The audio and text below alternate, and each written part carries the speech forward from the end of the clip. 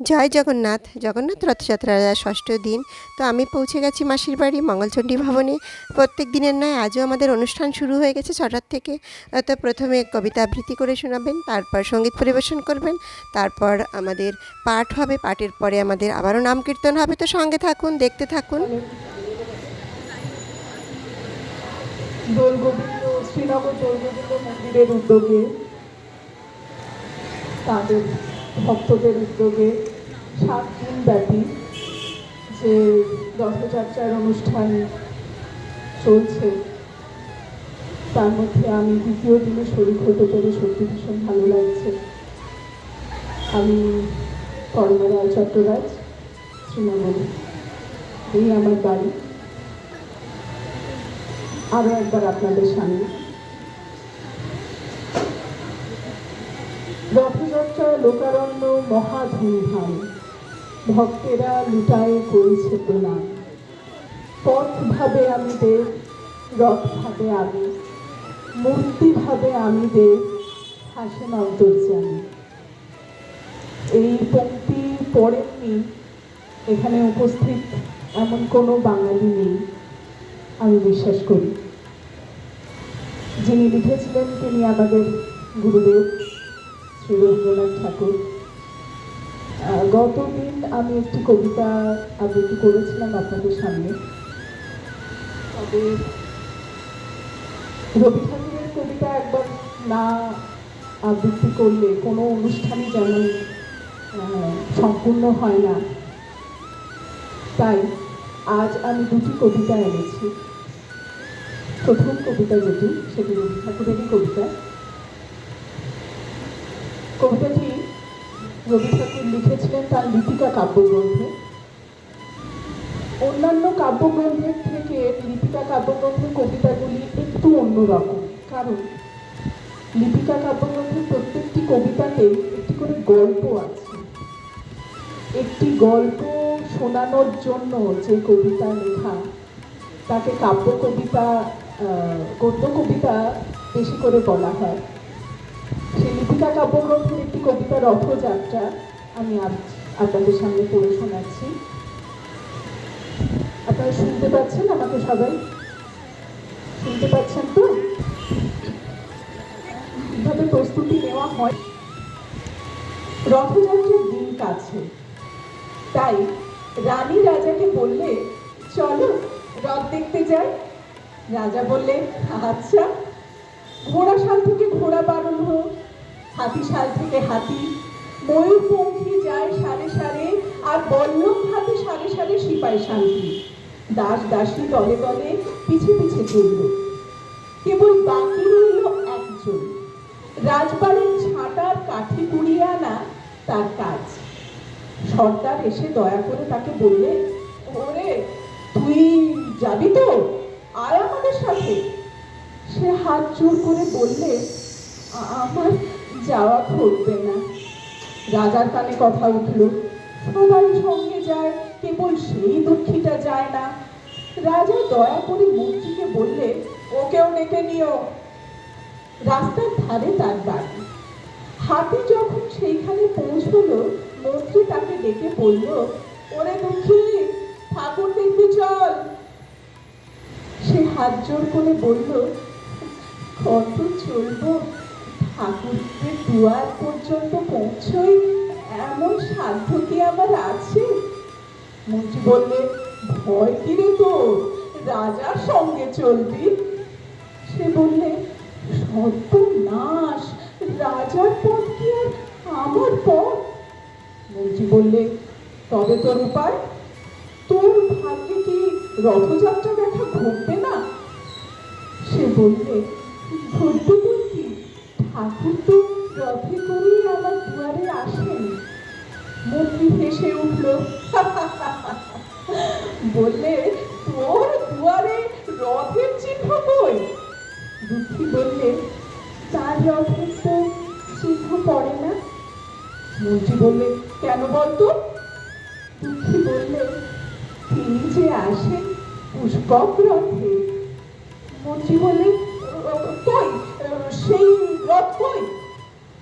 দুঃখী দেখিয়ে দিলে তার দুয়ারের দুই পাশে দুটি সূর্যমুখী ফুল ফুটে রয়েছে। ঘটে আমাদের আশেপাশে, আমরা ঠিকভাবে ধরতে পারি না, বুঝতে পারি না, মনে ঠিকভাবে দাগও কাটে না। কিন্তু বয়সের সাথে সাথে যখন এই কবিতাগুলো বা এই কথাগুলো অনুরণন আমাদের মস্তিষ্কে চলে, তখন বোধহয় আমাদের বোধগুলো আস্তে আস্তে এগুলোকে আপন করে নিতে শেখায়। আমি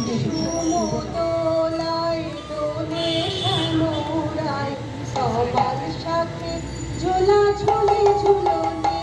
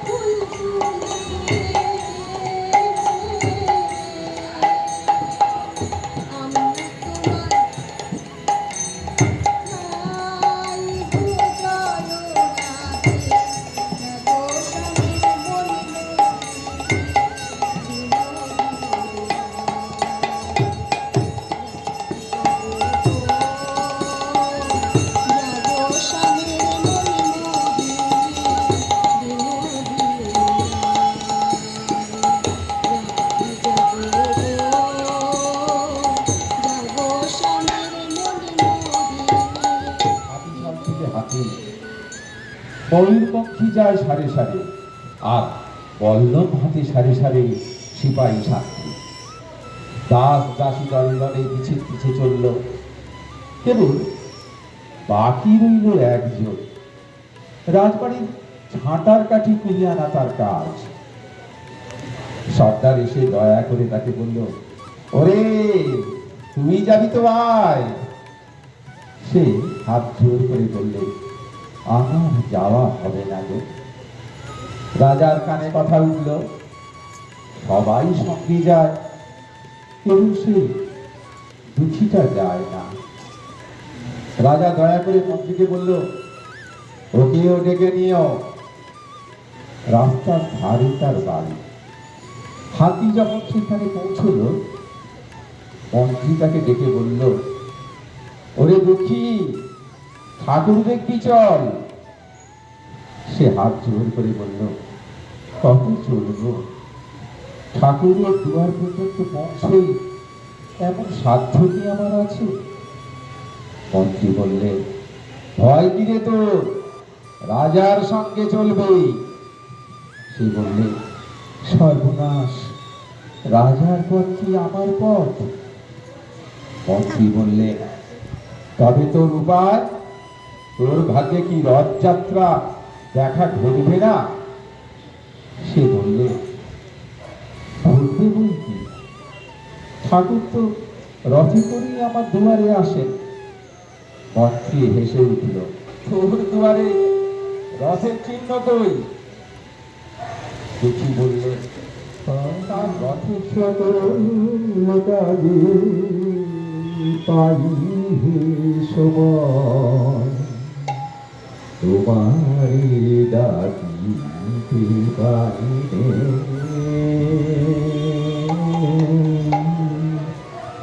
আমি সকল কাজে পাই সময়, ডাকিতে পারি নে।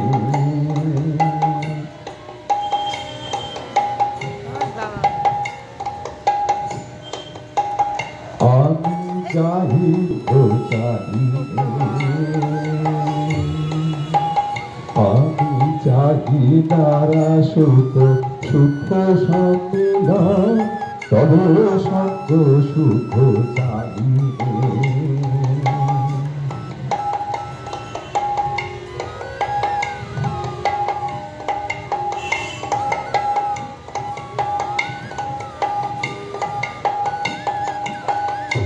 আমি কতই যে করি ভিক্ষা পর্যটন, তোমার কাছে তো যাইবে। আমি কতই যে করি ভিক্ষা পর্যটন, তোমার কাছে তো যাইবে।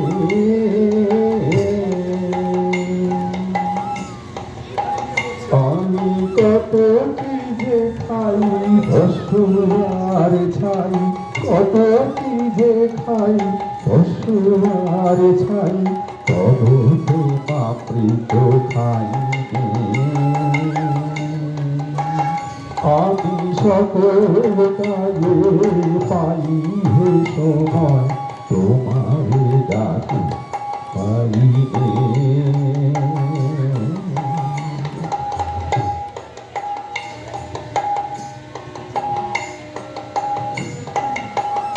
আমি কত গান গাই মনের হরষে, তোমার মহিমা গাইবে।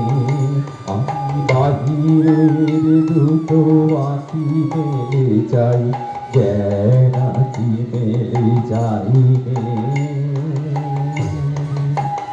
আমি গান গাই মনের হরষে, তোমার মহিমা গাইবে।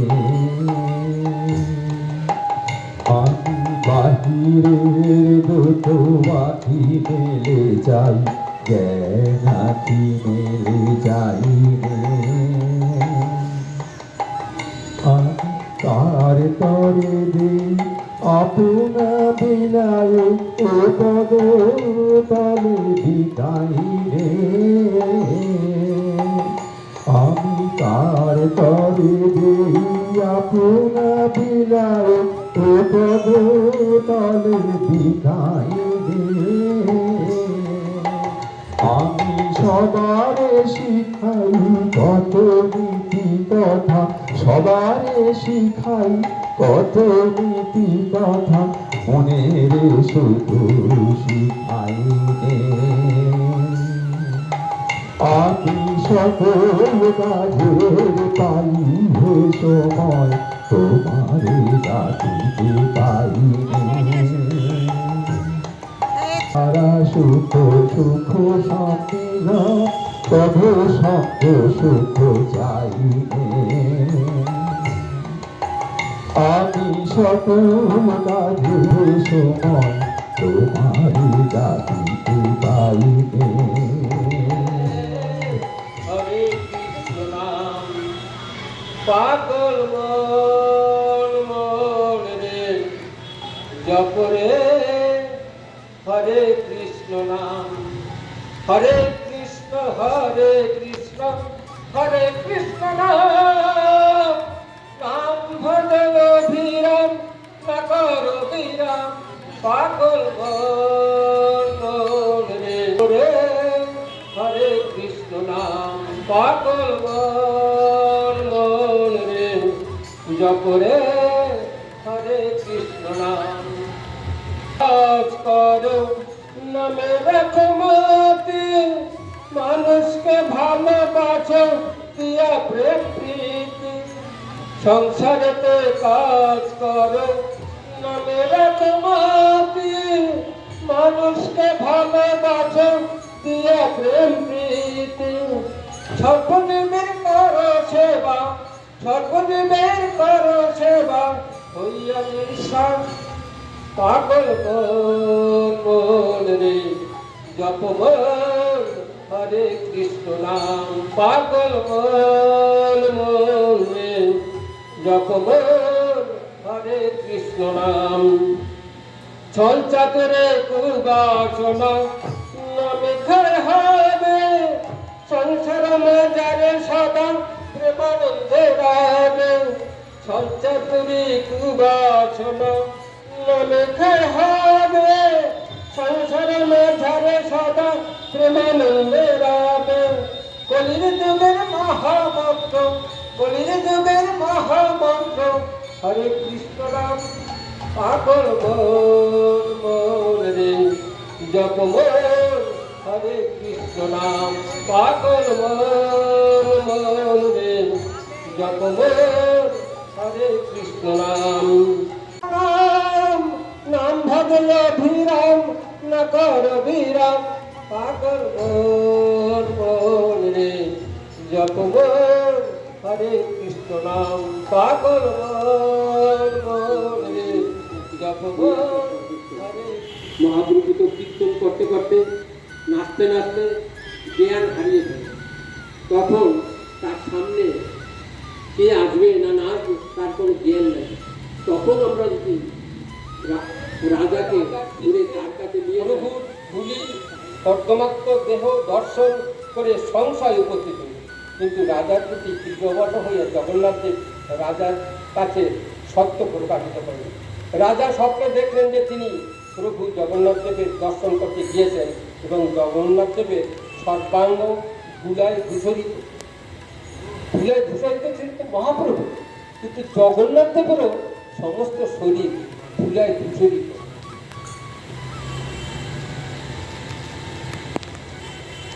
রাজা হবে না তোমার দেহ কস্তুরী কুমকুম চন্দন কর্পূরে সংলিপ্ত কিন্তু আমার দেহ ধুলা বা লালায় আবরিত সেই জন্য তোমার পক্ষে আমার দেহ স্পর্শ করা উচিত হবে না আজ তুমি আমার মৃত্যু দর্শন করতে গিয়েছিলে কিন্তু আমার দেহে ধুলা লালায় আবৃত দেখে তুমি সংশয়ক্লিষ্ট হয়েছিলে এখন সে দেখো সেই সব ধুলাও লালা এখন আমার সর্বাঙ্গ লিপ্ত তুমি একজন রাজা তোমার পক্ষে আমার এমন ধুলিলিপ্ত অঙ্গ স্পর্শ করা উচিত নয় হ্যাঁ এটা তো মহাপ্রভুর গায়ে ছিল ধুলা বালি লাগানো কিন্তু তোমার উচিত হবে না আমাকে আজকে আবার স্পর্শ করা তার নিজ সেবককে পরম করুণাময় প্রভু যখন একথা বলছিলেন, তখন তিনি তার প্রতি সদয় দৃষ্টিপাত করে মৃদু হাসছিলেন। অকস্মাৎ রাজা সবিস্ময়ে দেখলেন যে চৈতন্য মহাপ্রভু সিংহাসনে বিরাজ করছেন, তার সর্বাঙ্গ লালাসিক্ত ধুলোযুক্ত। প্রভু রাজার দিকে তাকিয়া স্মিত হেসে বলেন, এটি কোনো রহস্য নয়। আমার সর্বাঙ্গ ধুলি লালায় লিপ্ত দেখে আমার মন সংশ্লিষ্ট হয়েছিল, সুতরাং কেন তুমি আমার অঙ্গ স্পর্শ করতে পারো? এইভাবে রাজা প্রতাপরূপের প্রতি করুণা আর কৃতচিত্ত মৃদু হাসলেন এবং অন্তর্নিহিত হলেন। কিছুক্ষণ পরে রাজার নিদ্রা ভঙ্গ হল, তখন তার সম্বিত ফিরল। তিনি ক্রন্দন করে এইভাবে, আমি একজন মহান অপরাধী পাপী। আমি বুঝতে পারিনি যে চৈতন্য মহাপ্রভু আমাদের প্রভুর এক অবতার। হে প্রভু, কৃপা করে আমাকে ক্ষমা করুন, দয়া করে আমাকে আশীর্বাদ করুন। আপনাকে আপনার একজন অনুগত সেবক রূপে গ্রহণ করুন।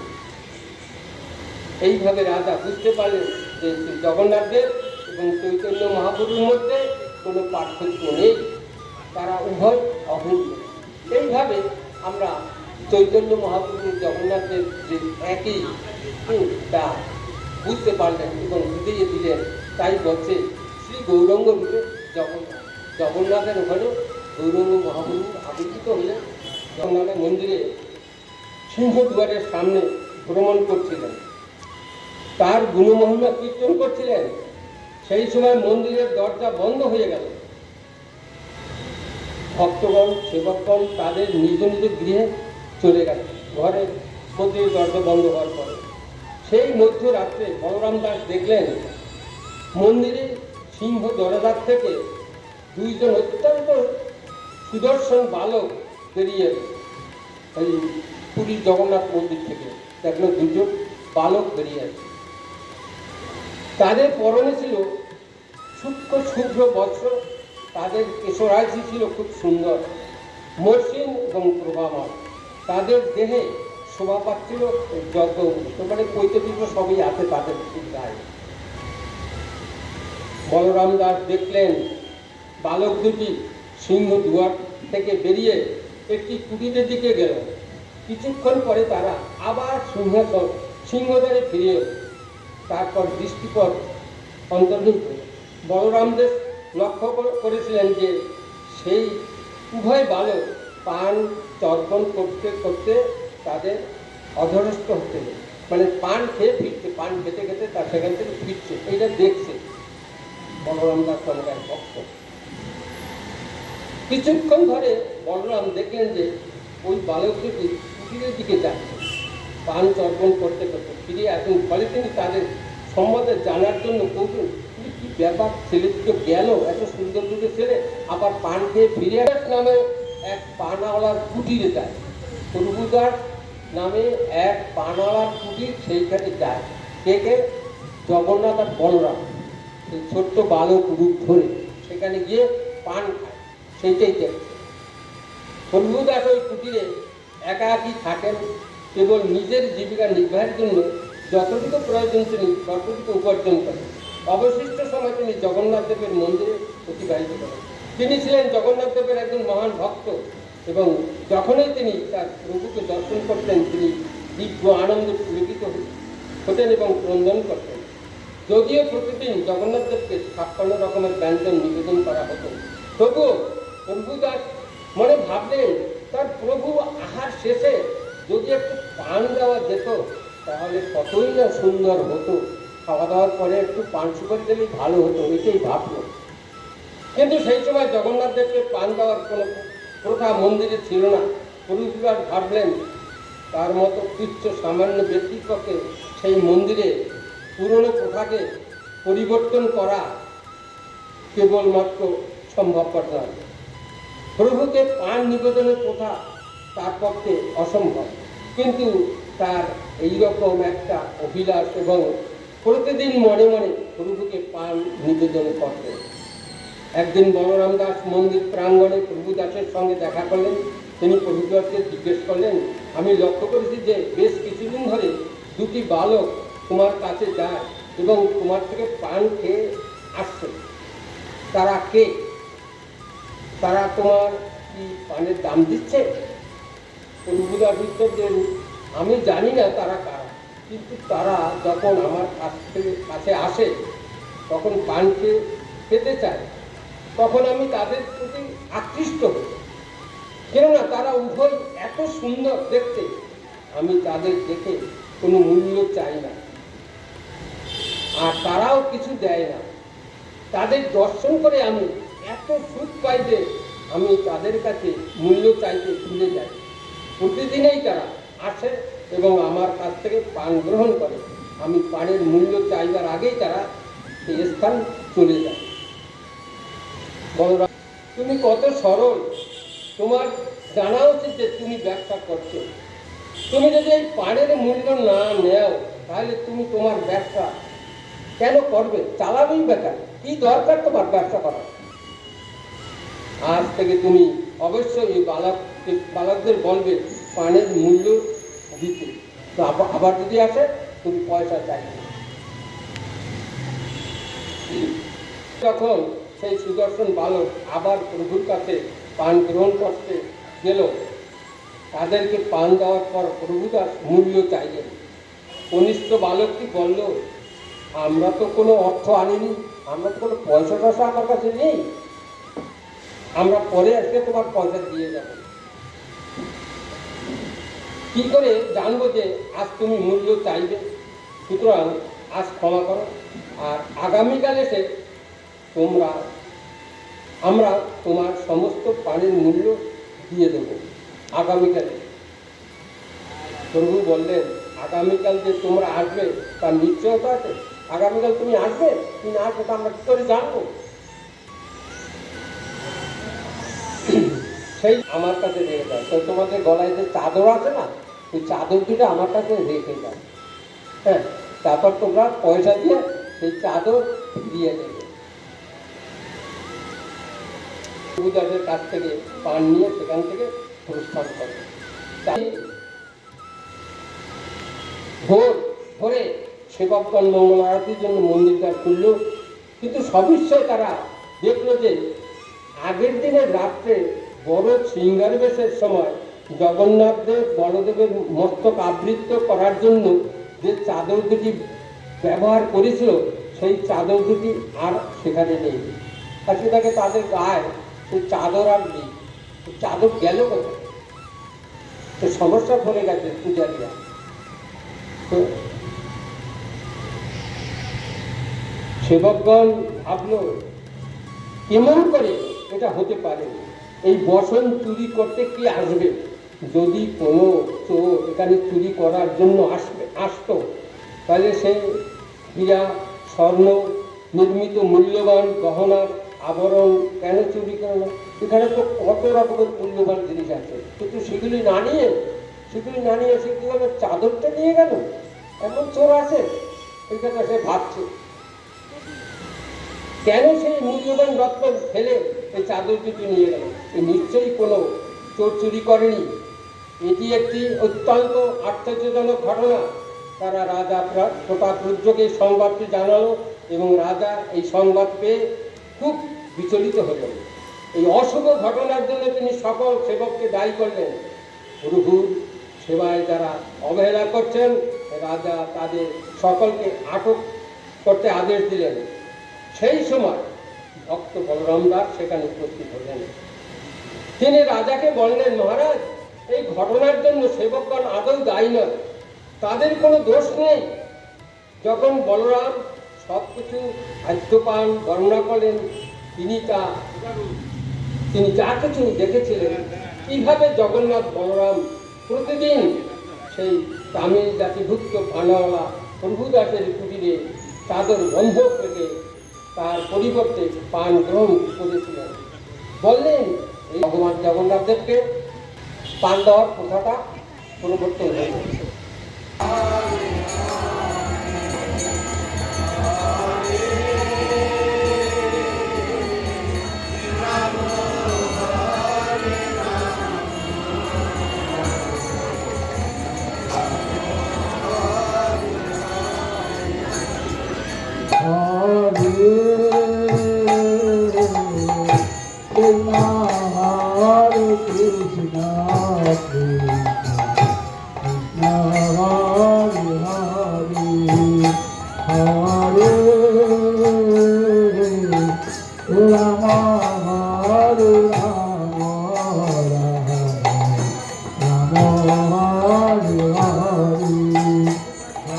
Hare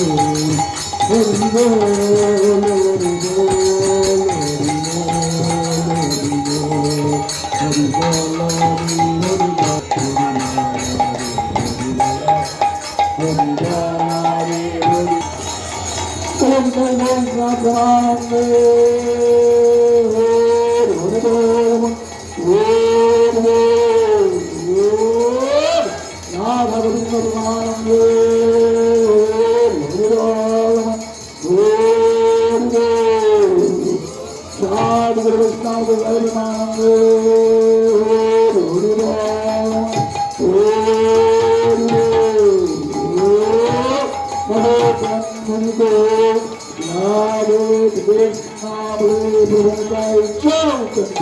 রাধে রাধে জয় জয় হরে